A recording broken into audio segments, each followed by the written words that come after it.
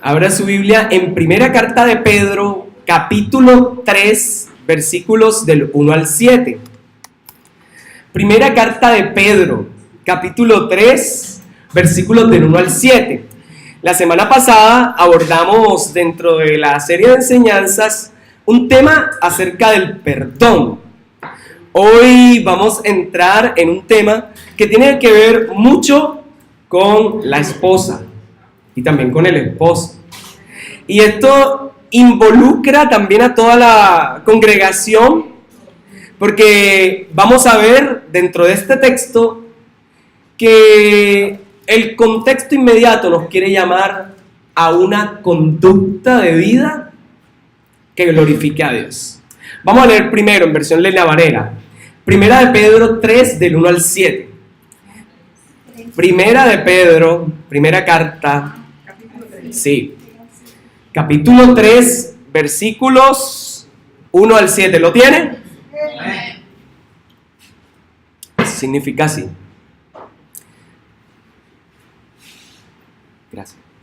Asimismo, vosotras, mujeres, estad sujetas a vuestros maridos, para que también los que no creen a la palabra sean ganados sin palabra por la conducta de sus esposas, considerando vuestra conducta casta y respetuosa. Vuestro atavío no sea el externo, de peinado ostentoso,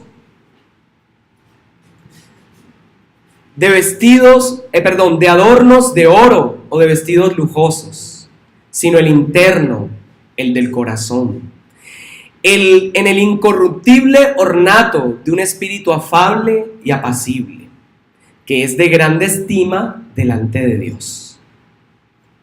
Porque así también se ataviaban en otro tiempo aquellas santas mujeres que esperaban en Dios, estando sujetas a sus maridos, como Sara obedecía a Abraham, llamándolo Señor, de la cual vosotras habéis venido a ser hijas, si hacéis el bien, sin temer ninguna amenaza. Vosotros, maridos, igualmente vivid con ellas sabiamente, dando honor a la mujer como a vaso más frágil y como a coherederas de la gracia de la vida, para que vuestras oraciones no tengan estorbo. Amados hermanos, este texto es complicado. Desde anoche yo estaba pensando si será o no será. Desde hace semanas estaba, ¿será o no será?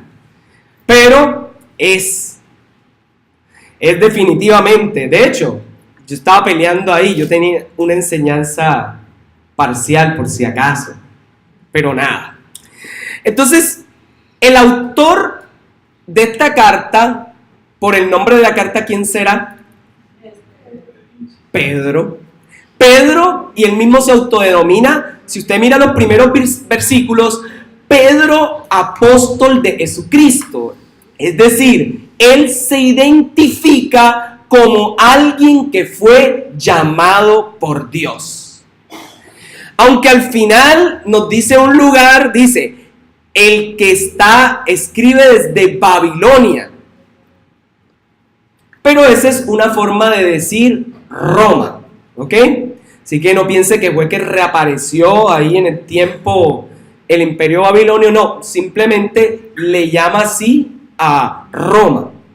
A lo largo de esta carta, él se presenta también como un anciano, dice yo anciano, como alguien líder de la iglesia, pero también como alguien que ha madurado, ha crecido. Y dice, testigo presencial de la pasión y gloria de Cristo. Eso lo van a encontrar en el capítulo 5, versículo 1. Y él, en medio de la carta, va a citar las enseñanzas de Jesús, aunque no va a decirlo verbalmente como lo dijo Jesús. El tema, esto para dar un poco de introducción, el tema de toda la carta es acerca de la pasión de Cristo. Acerca de lo que Él le pasó, pero cómo podemos vivirlo hoy. Y hace referencia cada rato, le invito a que la lea en su casa, a los sufrimientos. A los sufrimientos que a veces llegan a nuestras vidas. Que yo sé que aquí hay muchos muy alegres, pero a veces nos llega el sufrimiento. Y se dirige a un público que vive en un ambiente hostil. Hostil porque están siendo perseguidos. Porque en el primer siglo los cristianos eran perseguidos en razón de su fe. Empezaron siendo perseguidos por los mismos judíos y luego, al ser esparcidos, los perseguían los romanos. Así que era gente que vivía en zozobra. Y tal vez usted no vive en zozobra. No sé. Pero aquí es una carta para personas que estaban viviendo en medio de una situación difícil. Aquellos hombres sabían lo que les esperaba, aquellos hombres y mujeres, si seguían a Cristo. Lo más probable era que el imperio los persiguiera. Lo más probable era que su familia los dejara, que la gente no los mirara de la misma forma. Y yo no sé si tú tal vez, algunos, de pronto quienes vienen por primera vez, sientan, ¿y qué significa todo esto? ¿Y cómo así que los cristianos eran perseguidos? Y en esa época eran perseguidos porque era tan contracultural decir que Jesús es el Señor cuando en medio del imperio el único Señor era el César. Entonces la gente entendía como insurrección el decirle a Jesús Señor, o que había otro Señor, o que había otro Dios, porque incluso el César, algunos se hicieron llamar Dios. Entonces, proclamar que Jesús es Dios, proclamar que Él es el Señor, era contracultura. Hoy de pronto estamos más habituados. Así que el autor va a insistir de manera fuerte que pongamos los ojos en el futuro que nos aguarda. Así que usted puede leer toda la carta y se va a dar cuenta que Él nos llama a esperanza en medio del sufrimiento. Ahora, en el contexto inmediato de lo que acabo de leer, si usted puede mirar capítulo 2, versículo 11, pase una página, mire ahí. Y estos versículos hacen parte de una porción más grande que empieza en el 2.11 y termina en el 3.12. Y en este capítulo Pedro va a dar instrucciones a los creyentes que están leyendo su carta. Y estas instrucciones van a ser de carácter universal. Una instrucción, antes de las instrucciones, 3 cosas va a hablar. 1, cómo es nuestra relación con las personas que viven a nivel del Estado. Lo segundo, cómo es nuestra relación en el marco de las relaciones laborales. Y tercero, cómo es la relación en el marco familiar. 3 cosas van desde el 2.11 hasta el 3.12. La número 1, cómo me relaciono con las personas que viven en el Estado. Segundo, cómo es mi relación dentro de la familia. Y tercero, en el lugar de trabajo. Cualquiera de los puede invertir el orden si quiere. Entonces, en el capítulo 2, versículo 11 y 12, él pone un gran contexto para este marco. Ese sí quiero que lo lea, 11 y 12. Y dice, amados, yo os ruego como extranjeros y peregrinos, y aquí hay algunos extranjeros, que os abstengáis de los deseos carnales que batallan contra el alma. manteniendo vuestra buena manera de vivir entre los gentiles, para que en lo que murmuran de vosotros, como de malhechores, glorifiquen a Dios en el día de la visitación al considerar vuestras buenas obras. Ese va a ser el marco para entender todo lo que va desde 2.11 hasta 3.12. Y hay dos propuestas, dos exhortaciones que hace Pedro. Una tiene que ver con lo privado, con la esfera privada de la vida. Y otra tiene que ver con la esfera pública. La primera es: apártense de los deseos pecaminosos que batallan contra el alma. En costeñol, procuren mantenerse, contexto cartagenero, a raya de aquello que lo hace pecar. Esa es la traducción al lenguaje actual. Hermanos, la primera exhortación es: apártense de aquello que hace que ustedes tengan un combate interno entre decidir por Dios o decidirte por cualquier otra cosa que quiera ocupar el primer lugar. Porque aún siendo cristiano, se puede tener otro Dios. Y la segunda es: más bien mantengan públicamente una conducta que todos puedan ver y que sea ejemplar, y así los que lo ven van a glorificar a Dios. Esas son las dos exhortaciones. La primera, de carácter interno: apártense, manténganse libre, apártense de esos deseos que le hacen pelear y tener conflicto en el alma. Y la segunda: den buen testimonio, mantengan una vida pública decente. Y hoy en día hay forma de tener vida pública sin que usted salga a la calle. ¿Y sabe cuál es? Las redes sociales. Y en las redes sociales uno tiende a mostrar lo que es. Sí. Aunque hay quienes son expertos en tener varios perfiles. Este es el perfil para conquistar, este es el perfil para insultar cosas políticas, este para lo otro, y tienen toda clase de perfiles. Los fake. Amados hermanos, como es tu Facebook, probablemente de la abundancia del Facebook hablará tu corazón. No, así es. No, de la abundancia del corazón escribe en el Facebook. Esa sería una traducción actual también. Entonces, hermanos, aquí el llamado es: huyan, corran, manténganse a raya, como dicen por allá atrás en el mercado, y lo dicen con machete y todo. Manténganse a raya, porque el que pase por ahí puede salir cortado. Así dicen. Entonces, lo que Pedro escribe es para todos los tres marcos que hablé. Para la vida pública, ¿cómo me relaciono con el Estado? Segundo, para la vida que tiene que ver con lo laboral. Y tercero, para la vida en la familia. ¿Y cuáles son las razones de Pedro para decir que uno debe mantener?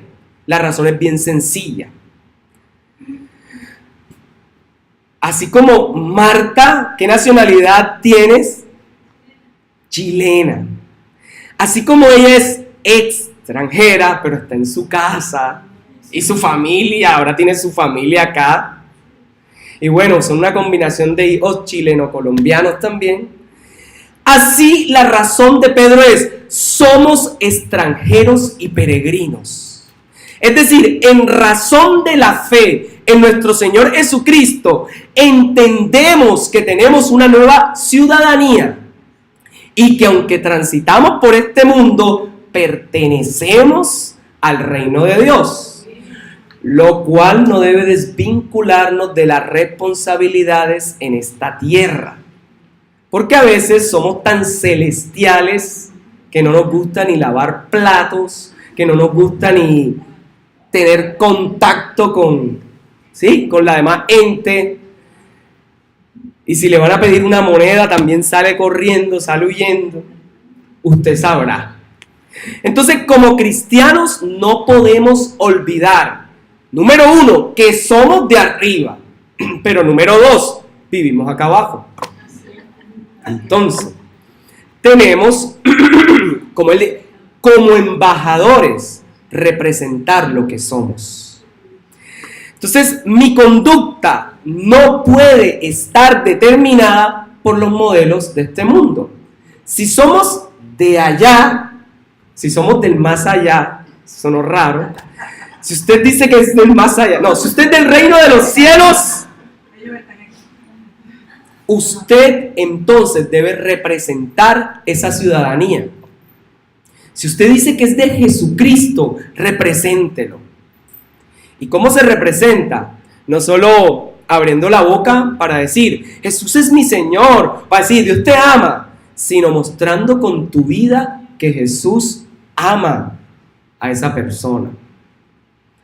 Estos días leía, ahora que hablé de lavar platos, leía un meme o vi en el Facebook que colocaron y que, ¿cómo es que colocaban algo sobre que cocinar es un acto de amor? La esposa y el esposo decía, sí, lavar los platos también. O sea, las dos cosas son actos de amor. Entonces, nuestra conducta pública debe llevar a que el nombre de Dios sea glorificado.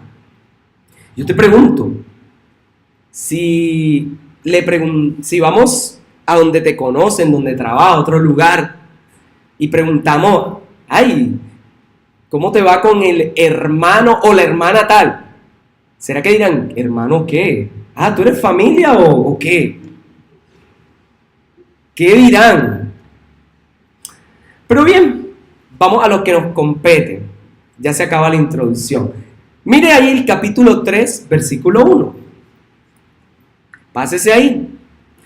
El texto da la idea de que muchas mujeres que se congregaban donde estaba Pedro, al lugar donde le escribe Pedro, eran las únicas que se habían convertido en su lugar, en su casa, ¿cierto? ¿Alguna vez lo dije acá? ¿Sí se acuerdan? El texto da a entender que esas mujeres eran las únicas que conocían del Señor en esas casas. Es decir, se habían convertido a la fe en Jesús, pero sus esposos no. Entonces, Pedro tenía que trabajar, ¿sí?, el testimonio de las esposas. Y ahora, eso también tiene implicaciones para aquellos quienes piensan entrar en una relación. ¿Cómo debería ser mi conducta? Entonces, en esa época, la filiación religiosa del esposo era la filiación religiosa de toda la familia. Así que por eso las mujeres que creían en el Señor Jesús eran vistas como hicieron una insurrección, como mujeres que eran contracultura. Porque recuerden, no sé si han leído en la palabra del Señor el ejemplo de Cornelio, del carcelero de Filipo, etcétera, que una vez dice, si crees que Jesús serás salvo, si crees en el Señor Jesús, serás salvo tú y tu casa. Porque en ese contexto, la religión del padre era la religión de la familia. Y aquí estaba pasando algo diferente. Mujeres se estaban convirtiendo al evangelio, pero los esposos no. Entonces ellos veían esa conducta como, esto es una insurrección. ¿Qué está pasando aquí? Entonces, la mujer que se convertía estaba rompiendo el esquema, esta palabra suena del tipo feminista, del esquema patriarcal, y enviaban un mensaje a aquella sociedad que estaban cometiendo un acto de desobediencia contra el esposo, lo cual generó rechazo hacia la esposa, hacia la iglesia y hacia el Señor Jesús. Eso generó rechazo contra esposa, iglesia y contra el Señor Jesús. Porque decían, ¿cómo es posible? Y es que ellos decían, es que yo sirvo al Señor. Y yo decía, pero yo soy el Señor de la casa. ¿A qué Señor estás sirviendo? Y ahí entraba el conflicto. Versículo 1, la parte A. Asimismo, vosotras, mujeres, estad sujetas a vuestros maridos. Y aquí pareciera que Pedro les da un balde de agua fría. Porque si he tenido, pero yo me estoy sujetando al Señor. Y ahora me dices, sujétense a sus maridos. ¿Qué significa eso? Porque es complicado esto de la sujeción. Y la verdad que en esta época se oye amenazante. Y tengo muchas amigas y conozco muchas hermanas, hermanitas, que eso de sujeción les suena... ¿Cómo? Primero muerta. Sí. Pero bueno, avancemos. Entonces, el texto empieza con ese asimismo. Es decir, no vivan egoístamente y para ustedes mismas. Esposas, sujétense a sus esposos. Pero seguimos ahí, pero todavía no se aclara esto. ¿Qué significa sujeción? Vamos para allá, para las que están mirando así como, las que ya tienen rostro de calles de oro y mar de cristal, ¿ok? O de león rugiente, no. Bien, entonces vamos a lo siguiente. El texto, ya les dije, llama a no vivir de forma egoísta, sino sujétense al esposo. Pero la parte B dice, bueno, hay un texto en Efesios 5:22 que dice, las casadas, esto lo dice Pablo, estén sujetas a sus propios maridos como al Señor. Entonces, lo que está diciendo Pedro es lo mismo que dice Pablo. Así que no hay manera de decir que la Biblia no invita a sujetarse. Pero aquí Pablo dice, estén sujetas a sus propios maridos, no al marido de otra. La sumisión o sujeción, ya omite el chiste, la sumisión o sujeción en nuestros días está mal vista, pues nadie quiere someterse a otro. Dígame usted, ¿a quién le gusta someterse de pronto a alguno de la corte o del Congreso? Cuando aquí muchos le dicen, no, pero es que corrupto. Otros con el presidente actual dicen, ese no es mi presidente. Tiene que mudarse de país o cambiar de nacionalidad. Nos guste o no nos guste, lo amemos o no lo amemos, es el presidente de la República de Colombia. Así quedó. Entonces, para muchos es difícil sujetarse. Y así sujetarse a las autoridades, incluso al ejército, a la policía. Mucha gente, yo recuerdo que hace muchísimos años, si un policía llegaba, decía algo, la gente quieta. Ahora le faltan el respeto. O allá lo dijeron la palabra, le guapean. Mejor no lo pude decir. Entonces, hablar de sujeción en la mujer suena como anárquico, suena retrógrado en el mundo de hoy. Pero ¿sabe por qué? Es porque no se lee bien el contexto de la carta. Y por eso no se entiende lo que el escritor bíblico quiere decir. Por eso es que escuchamos frases de este estilo. Sí, mi marido es la cabeza, pero yo soy el ¿qué? El cuello. Y el cuello mueve la cabeza para donde quiera. Así que él se somete a mí. porque yo soy su cuello. ¿Sí? Que no les gusta eso de la cabeza. Entonces, Pedro habla a las mujeres que a la luz de la sociedad, a los ojos de la familia, no eran sumisas, pues la razón de la sumisión era: ustedes no son sumisas porque están sujetándose a Cristo. Esa es la razón, no era otra. Para ellos, para el resto de romanos o todo lo que hacían parte del imperio, la sujeción no se veía porque estaban haciendo contracultura creyendo en Cristo. Pero aún así hay que mirar la magnitud de lo que implica la sujeción. Entonces, para muchos era un acto de insurgencia porque se convirtieron. Entonces, la traducción al costeñol nuevamente es: escogieron al Señor como su primera autoridad. Yo te pregunto, sea hombre o mujer, ¿es Jesús tu primera autoridad? ¿Es Dios tu primera autoridad? Y la respuesta la sabrás en la forma como vives para Jesús. No en lo que dices el amén o yo sí, sino en cómo tú vives. Entonces, el escritor nos dice para qué es útil sujetarse. La parte B del versículo 1. Para que también los que no creen la palabra sean ganados sin palabra por la conducta de las esposas. Es decir, en este caso específicamente, mujeres casadas con un hombre inconverso, quiere que se convierta, lo mejor que puede hacer es dar buen ejemplo. No dar cantaleta.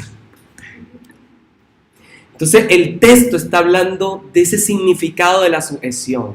La sujeción ahí entonces no tiene que ver con esclavitud, tiene que ver con la conducta y el comportamiento.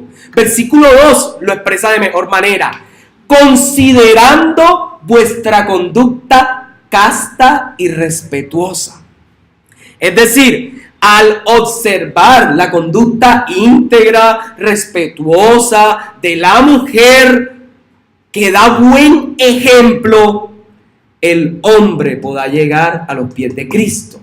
Y de igual forma, varones, si usted da buen ejemplo en su casa, su esposa va a estar como una sedita. Usted le pide un favor y ella lo hace enseguida.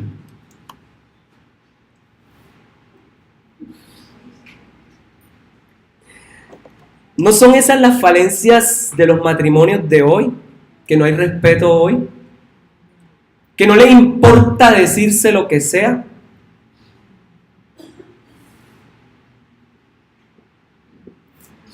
Ahora, si estás en proyecto de conocer a esa persona, o si ya tienes esa persona para casarte, mira bien lo que haces y mira bien qué ejemplo estás dando. Continuamos. Entonces parece que en el día de hoy se educa, en vez de ser respetuosos e íntegros, se enseña en los hogares a vivir en conductas totalmente contrarias. En nuestra cultura colombiana apoya eso de la malicia indígena, pilas, del papayazo, mira, aprovecha. Se le cayó un billete, cógelo y no digas nada. Aprovecha. Mira, se salió, métete en la fila y ya, quédate ahí. ¡Claro! Y mencionó la Transcaribe, uno quiere hacer su fila con gusto y se le mete todo el mundo. O a veces, no sé si le pasa, uno está quieto en la fila y no sé cómo, pero lo meten a uno. Entonces, esa cultura apoya eso. O la madre o el padre que le dice a su niño, a su niña, pila, llora para que tu papá te dé eso que necesito. O pila para que tu mamá te deje salir. ¿O no? No pasa. Pilas. Y hace un berrinche, hazle un berrinche para que veas que te da el juguete que tú quieres. Eso pasa. Pero también muchos padres pasa lo contrario, con el fin de tener la atención de sus hijos, el amor de ellos, y digo amor entre comillas, usan frases como esta. Ay, sí, sal con tus amigos, pero déjame dinero para el taxi por si se me baja el azúcar y quedo sola sin alguien que me pueda ayudar. Bueno, ya eso es una exageración, ahí puse en extremo. Eso es un extremo. O si es de un divorcio, le dice, pilas, vete con tu papá este fin de semana, pero sabes que te voy a extrañar y de qué manera, ¿o no? Puede pasar, a veces va a ser legítimo, pero a veces va a ser, no, es que yo no quiero que esté, así que sepa que es conmigo que tiene que estar. No sé. También muchos padres, por retener a sus niños, les siembran también emociones negativas para que no se aparten de su lado. Por ejemplo, no vayas a ese retiro. No es que en las fincas hay culebra, hay anaconda, mapaná. De pronto te aparece un león, un tigrillo. No te va, cuidado, que los palos de guayaba en esta época están llenos de gusanos.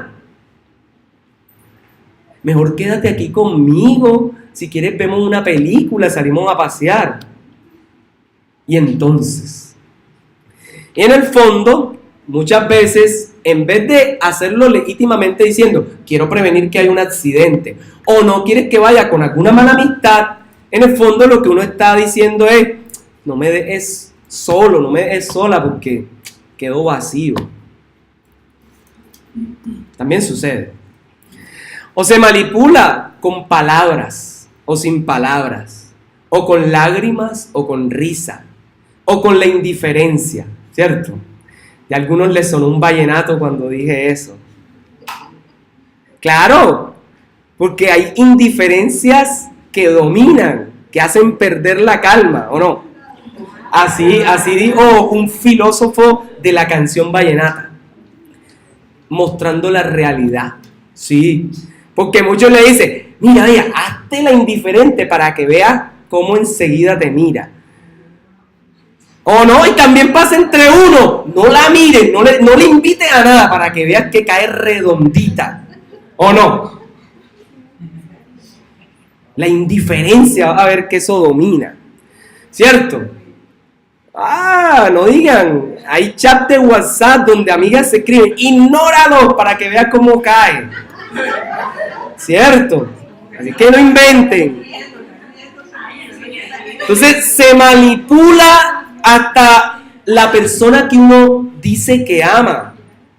Ay, te viste la película con tus amigos. A mí también me hubiese gustado verla. Parece que te gusta más hacer cosas con ellos que conmigo. Claro, hay que dedicarle tiempo, si no, grave la cosa. Pero también, hay salidas de hombres y hay salidas de mujeres. Abro un paréntesis, hoy a las 4 asado en mi casa, para los varones. Cierro paréntesis. Las mujeres que hoy tienen una salida, ahí escuché. Bueno, las jóvenes tienen una salida hoy, aprovechen. Aquí también pueden venir las damas, pueden venir los caballeros, todo el que quiera. Menos, no, tranquila. Entonces sí, a veces pasa esto. ¿Viste? ¿Prefieres a otro? ¿Prefieres estar con tus compañeros que conmigo? O si no, pasas todo el día metido en ese aparato y no me miras. El chócoro ese, como dicen. Entonces, la manipulación también se usa, y hace un par de años lo dije, hasta para el lecho conyugal. ¿cierto? Porque que si te ofendieron o no, Electricaribe le permite informar que su servicio ha sido suspendido, ¿cierto? Hasta que pague nuevamente. No es justo. Entonces, yo creo que cuando uno hace esto, uno está dando una clara expresión de falta de integridad y de respeto hacia la otra persona. Porque uno no necesita hacer eso para estar bien, obtener algo. No. Como pareja sabrán elaborar sus roles, sabrán cómo amarse y todo. Está bien. Pero yo creo que sin llegar a la manipulación. Eso es importante. Y lo mismo pasa también entre las relaciones de amistad. Eso no solo pasa en las relaciones de pareja. A veces queremos hacer que alguien vaya con nosotros a algo. Ay, pero es que te pintas como que te llevó el huracán, como que ya es fin del mundo. Eso no puede ser así. Las relaciones y el matrimonio no son para mostrar quién es más poderoso. Si tú piensas establecer una relación de amistad o de noviazgo, de matrimonio, para imponerte, para ver quién de los dos puede más, eso no va a terminar bien. Aquí no se trata de quién tiene más fuerza, quién es más poderoso. Aquí se trata de sujetarse. Efesios va a decir, sujetaos los unos a los otros en el temor de Dios. Y si le dice, asimismo las casadas a sus maridos. Si esta mañana tú piensas que esto es para vivir enfrentado con tus amigos, con tu cónyuge, con el que sea, con tus padres, para ver cuál de las dos voluntades es más fuerte, no creo que ese sea el buen camino. Aquí no es quién puede más, sino quién es capaz de descender, perdonar para poder seguir adelante.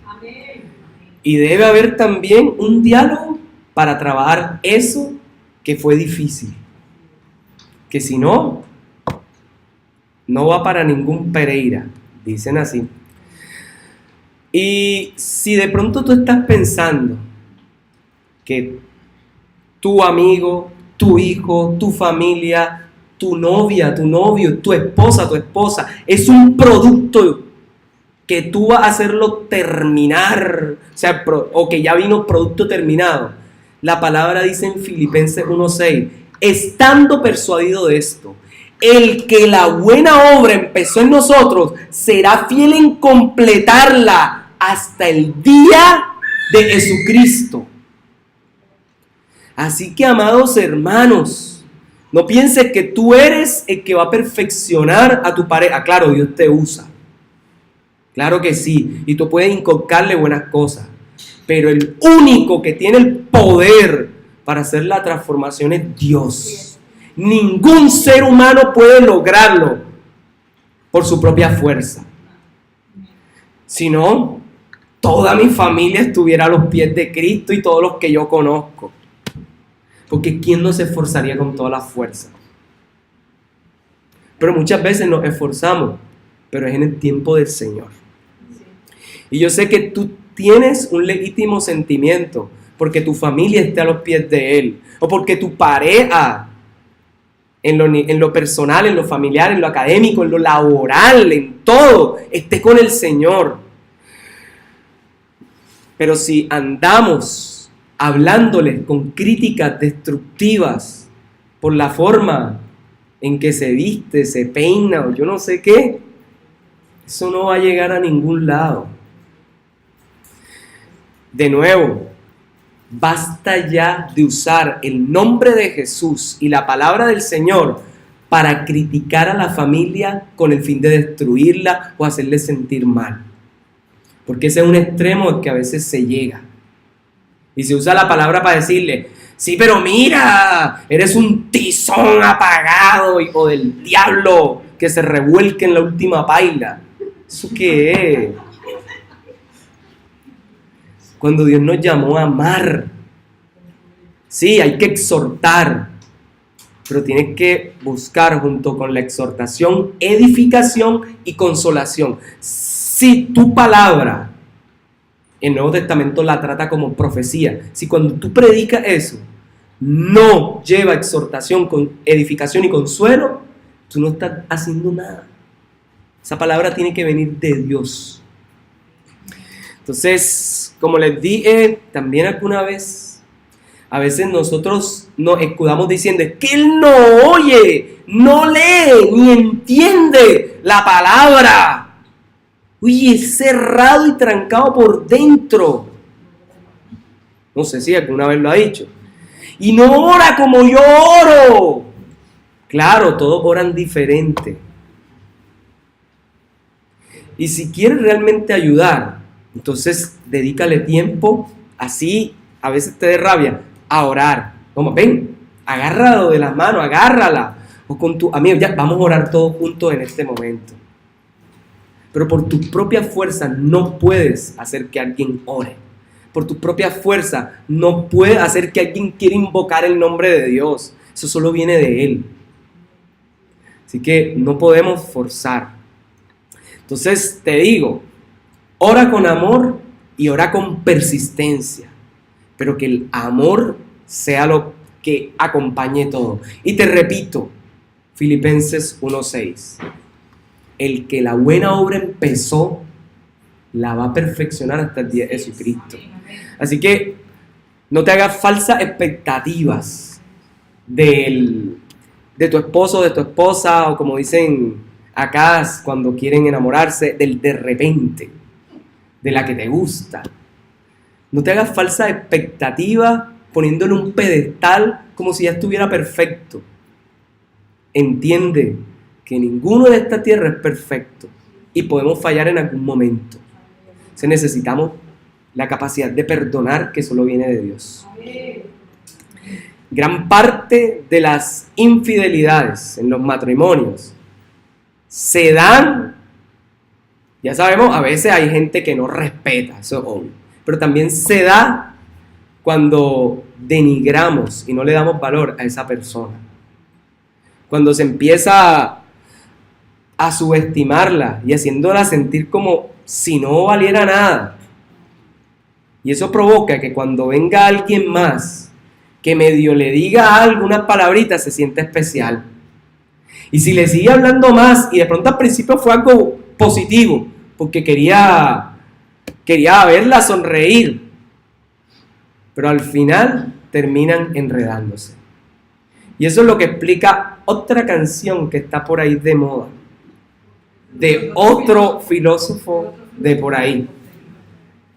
Y yo les decía la vez pasada que justifican la infidelidad porque el esposo la tenía descuidada y porque salía con otras. Esa es la que decía, que ella dice que es una dama. Yo soy una dama, ¿cierto? Yo no soy... Ella decía, no es bandida, es una dama. Y al último se hizo justicia, porque en el amor, el que la hace... Entonces, los antivalores se están predicando a toda la sociedad en forma de canciones de buceta. Así que ya las últimas que se va a aprender, porque en el Transcaribe ya no hay música. Entonces, amados hermanos, te pregunto, para ir cerrando, ¿cuál es tu actitud con tu cónyuge? ¿Cuál es tu actitud con tus hermanos de la fe? ¿Cuál es tu actitud con tus amigos? ¿Puedes tratar a la familia de Dios con respeto? ¿Puedes tratar a tu pareja con respeto?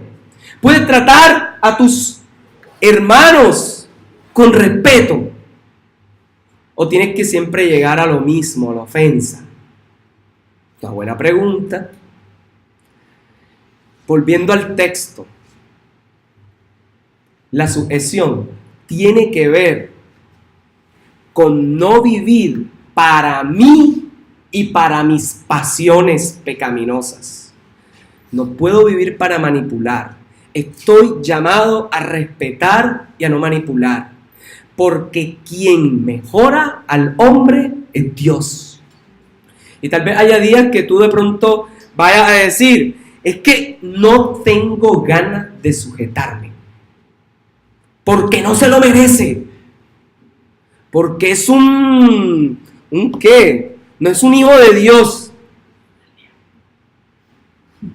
Sí, va a haber días que diga, miren, puede ser muy cristiano, pero ya me tiene hasta aquí. Pasa. Y a la pareja o a las familiares que no les pasa, Dios les bendiga. Están en el cielo, literalmente hablando.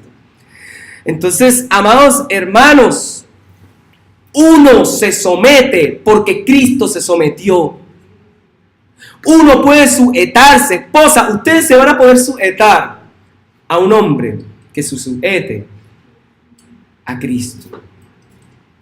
Ahí es más fácil.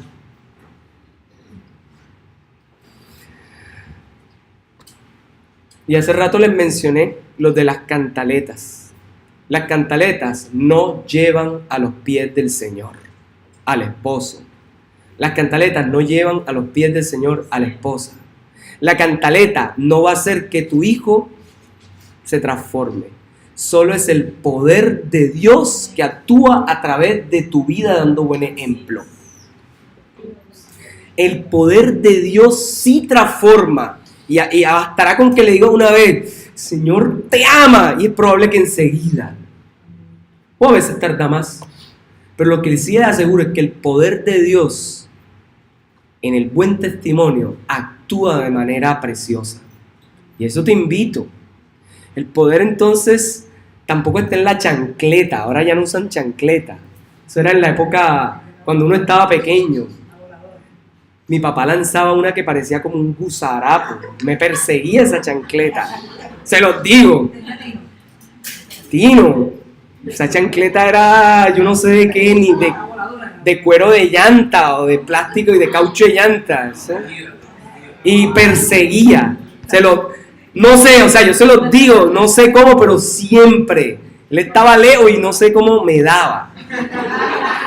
O sí sé, él jugaba mucho tejo y siempre reventaba mecha. Y claro, ¿verdad? En la casa estaba llena de trofeos, por eso. ¿Cómo no me iba a dar? Entonces, una forma de decir o de interpretar lo que quiere decir este texto es: hablen menos y vivan más. Eso es lo que está diciendo Pedro. Pedro dice, no vivan bajo la presión de vivir para la apariencia. Ustedes ven que ahí habla que del vestido, hoy trae la chaqueta. Como para... Pero ustedes saben que yo prefiero sin nada. Mejor la camisa. Pero hermanos, aquí dice, eso y que del cabello y todo eso, el maquillaje, los adornos, usted puede usarlo, no hay problema. Aquí la crítica que hace Pedro es, la belleza va más allá del alma. Adórnese lo que quiera, pero todos los atavíos que se ponga afuera no pueden adornar el interior. Lo único que adorna el interior es la buena conducta, es vivir íntegramente. Todo lo demás sobra. Y les doy el testimonio. En la carrera, en la universidad, estudié una chica muy simpática. Tanto así que hasta la presionaron para que ella fuera reina de belleza. Y de hecho, la habían escogido. Pero pasó otra cosa que ella dijo que no. Pero ella tenía esto. Que ella era muy simpática y todo el mundo la miraba. Yo me acuerdo en la universidad, esa era la sensación del bloque, como dicen. Entonces ella, los que no la conocían, quedaban así, wow. Pero uno que la conocía, cuando ella abría su boca, eso era horrible, horrible.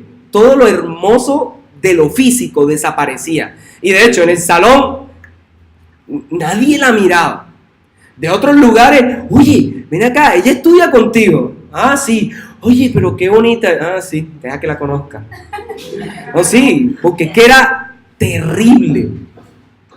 Entonces, el adorno más hermoso va por dentro y es capaz de embellecer a la persona menos agraciada físicamente. Mire, yo le voy a decir algo. ¿Por qué cree usted que lo miran tanto? Es la gracia de Dios. Así que no invente otra cosa, es la gracia de Dios. Claro. Y hay hermanitos que tienen mucha gracia. Oiga, está rojo, allá lo veo. Oiga, sin nombre. Nada más miren. No. Entonces, en muchos lugares se les dice, oye, maquíllese para que su hombre no lo deje. Pero si eso es verdad, porque hay muchos hombres que prefieren a unas que están sin maquillaje. Entonces, el maquillaje no va a ser lo que pese. Lo que pesa es cómo eres. Y si eres hermosa por dentro, vale, arréglate por fuera. Que nada en la Biblia prohíbe eso. Nada. Póngase, si lo va a hacer con toda humildad, hágaselo, póngase bonita. Pero lo primero que tiene que ponerse bonito es su corazón. Y aplica para nosotros los hombres. El mejor corte de cabello es el del alma. Barbero. El mejor barbero, dice Marcel, oiga. Y que tenemos, aquí esto está, sí, plagado de barbas. Entonces, amados hermanos, no es cuestión de Jolie de Bock o de Mary Kay. Pues el énfasis de la belleza externa está centrado en que te miren, te evalúen, te alaben o te critiquen.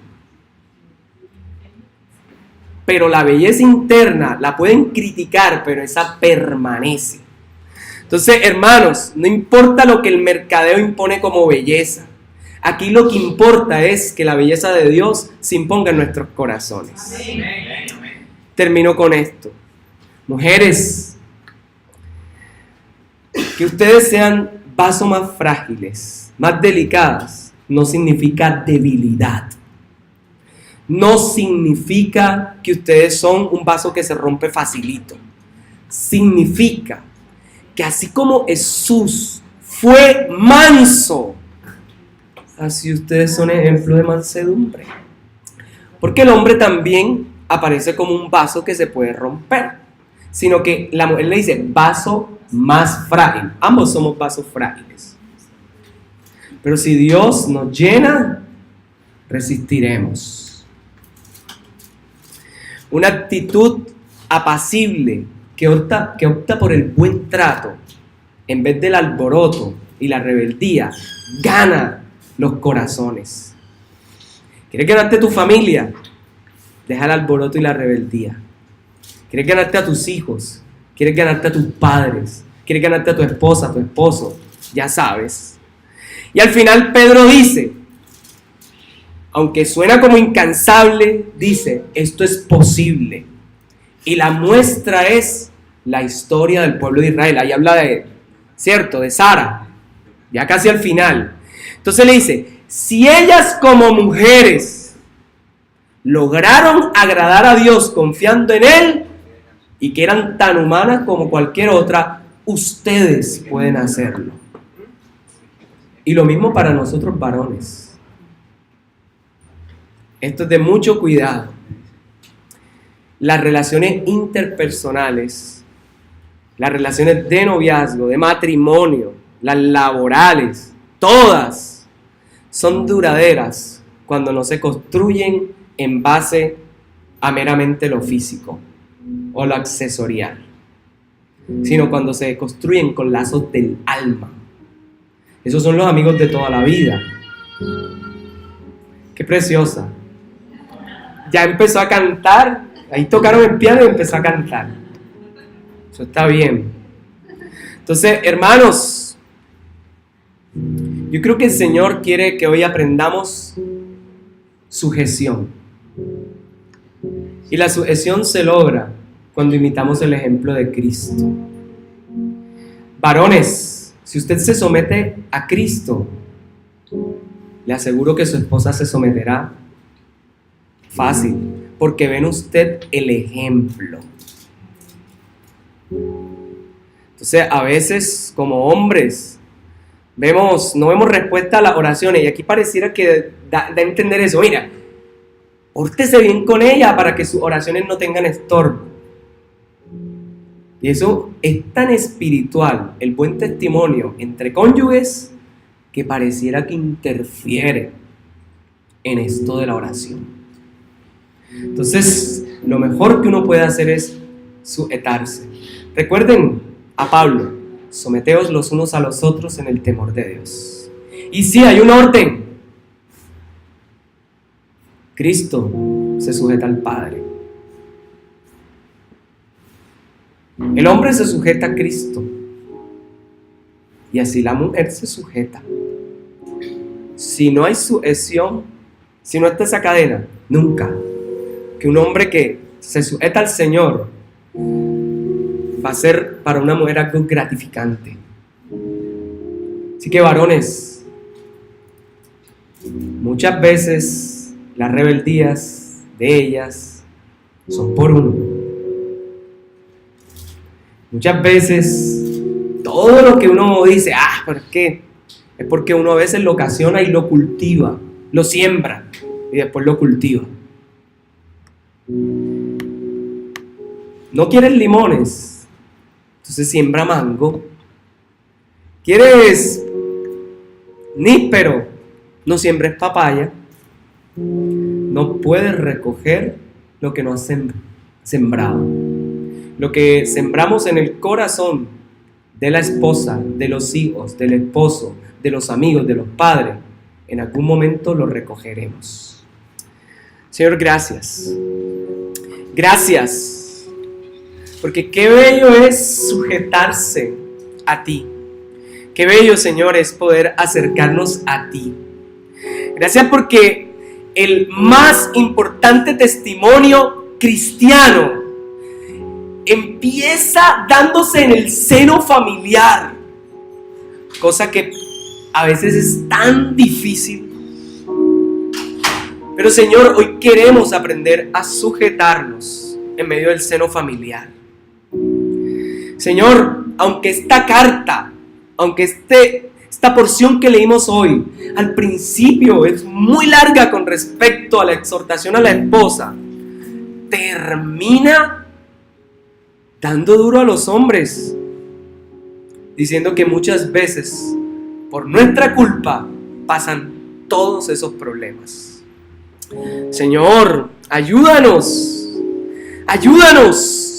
a cuidar nuestra relación con nuestros hermanos, a que no seamos ocasiones de caer, a que nuestras palabras no sean como golpes de espada, como puñales, que nuestras observaciones por unas cosas no sean disparos a quemarropa. Ayúdanos, Señor. Ayúdanos a afirmar a ese hermano, hermana, a ese cónyuge, a ese familiar, afirmarlo en su identidad en Cristo, no a denigrarlo. Ayúdanos a dar ese buen ejemplo. Señor, ayúdanos a entender que en medio de esta cultura que ha subestimado el poder de la sujeción unos a otros, podamos hacer contracultura como en los días de Pedro y mostrar que sí podemos, sí se puede rendirse a los pies de Cristo para que nuestra familia sea edificada a través del buen ejemplo, y ahí se manifestará tu poder. Señor, ayúdanos, porque realmente esto suena bonito, pero en la práctica es complicado. Ayúdanos, precioso Señor.